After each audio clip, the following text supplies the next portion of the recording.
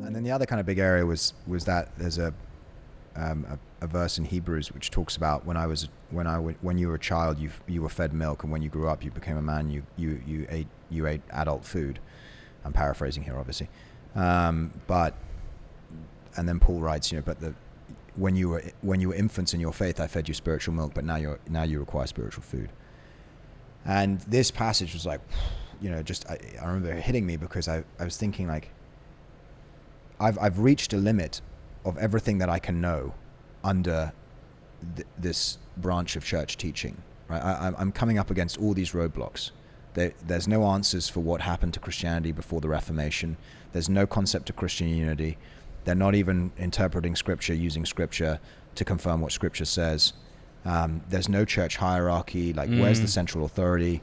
There's no concept of apostolic succession. Like, even things like in the Acts of the Apostles, where, the handkerchief and the shadow, are being used to cure people. Well, like, his great example of relics, like that there is a clear definition of sainthood, of relics. All of these doctrinal Catholic points. I mean, at this point, I was basically already there by this point. Were you reading Catholic books at this point, or just asking questions? So I started to read Catholic books. What was the first book you remember reading? So I went straight in with the heavy stuff. I mean, Cardinal Ratzinger, Principles of a Catholic Theology. Wonderful. Was the first one that I read. Wonderful. Is this when you were at Oxford? Or? This was just before I was at university. So this was when I was 17. And, I was just like, okay, we're going to go straight in with the heavy guns. I was like, I knew this guy. I didn't know much about Cardinal Ratzinger at the time, or Pope Benedict as he was then. But I just knew that he was supposed to be a preeminent theologian within the church. And that was kind of what I had heard about him. And by the way, he was, I forget what year his election was. Was it 2004, I think it was, or 2005? Yeah. 5 was it? Yeah, around then. So, and I just remember thinking, like, again, here was this great contrast. Like, great contrast between a man who is being widely touted as like a heavyweight Catholic intellectual theologian, and like the flip side being all of these questions that I couldn't get answered. So I just thought, maybe he's got some answers, right? And so I started reading his work. And that was kind of like, I mean, by that point, I was there. It was just, I was like, okay. Had you attended Holy Mass at this point? No, I hadn't. I was too frightened to go to Mass. I used to go, I had gone to Mass and I had just sat at the back of the church. So Westminster Cathedral, which is the mother church of England, really. I mean, it's the one where the coronation takes place. Well, no, that's Westminster Abbey. Okay. Right, but Westminster Cathedral is the big Catholic cathedral in London. Oh, okay. Right beside Westminster Abbey. And it's where the cardinal, traditionally the UK cardinal has his seat. And that was that given back to the Catholics? It was built by the Catholics in the 19th century. Oh, okay. So kind of like at the height. So England's Catholicism is quite a funny story, because basically in the late, obviously John Henry Cardinal Newman, Saint John Henry Cardinal Newman, very well known Catholic thinker, but his original movement, the Oxford movement as it was called, was actually a revival of the Church of England, right? And this is kind of not that many people understand this. It was traditionally considered to be like an area where people were trying to get to understand the Church of England more. And then what happened was he became a Catholic, and this kind of shook. It was seismic.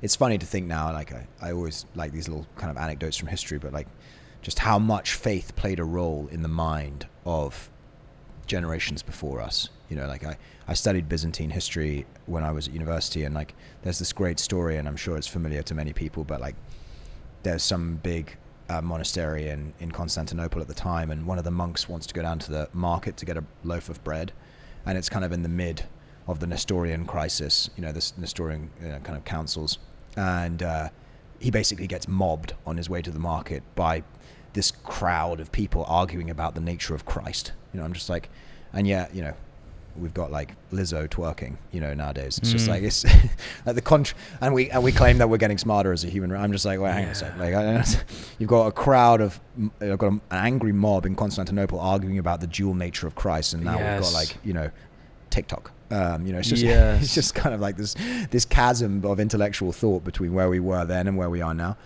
And but Westminster Cathedral was built in the latter half of the 19th century because England went through this great Catholic revival, which was really the first time that England had a Catholic revival for almost 300 years, and it was led by John Henry Cardinal Newman at the time, and so he kind of spearheaded that movement. But Westminster Cathedral is this beautiful Byzantine-style church in London. I mean, it's very dark. It kind of reminds me a little bit of St. Mark's in Venice, which is one of my favorite churches.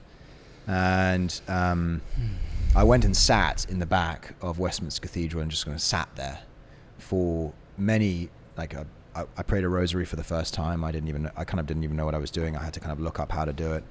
I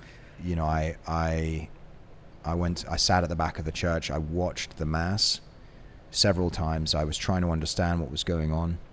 And for me, that was just kind of, I felt at home almost straight away. I remember the first time I realized how similar the High Anglican liturgy was to Holy Mass. I was in Adelaide looking for a church shortly after my conversion, and so still didn't know a lot of things. So I show up at this cathedral, so I thought, well, that's Catholic. And so I went in and I was kneeling, and I thought, it's funny, they got a British flag. It's just different, And then a woman came out and went, nope, and I'm going, in the vestments. Yeah, so. That sounds about right. Yeah, I mean, the Church of England. I mean it's funny that like so many English churches have like, they've got British flags in place of the tabernacle. They've got like pictures of the armed forces.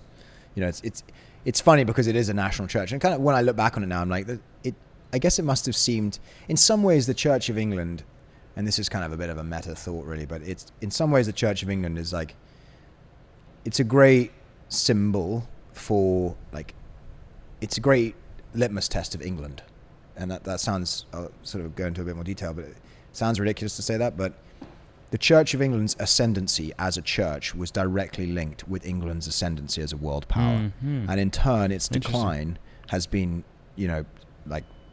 With the Church of England's decline. Yeah, England has declined alongside the Church of England. Thank you very much for watching that clip. Before you go, do us a favor, click like, click subscribe, and if this really meant something to you, help us out by sharing it.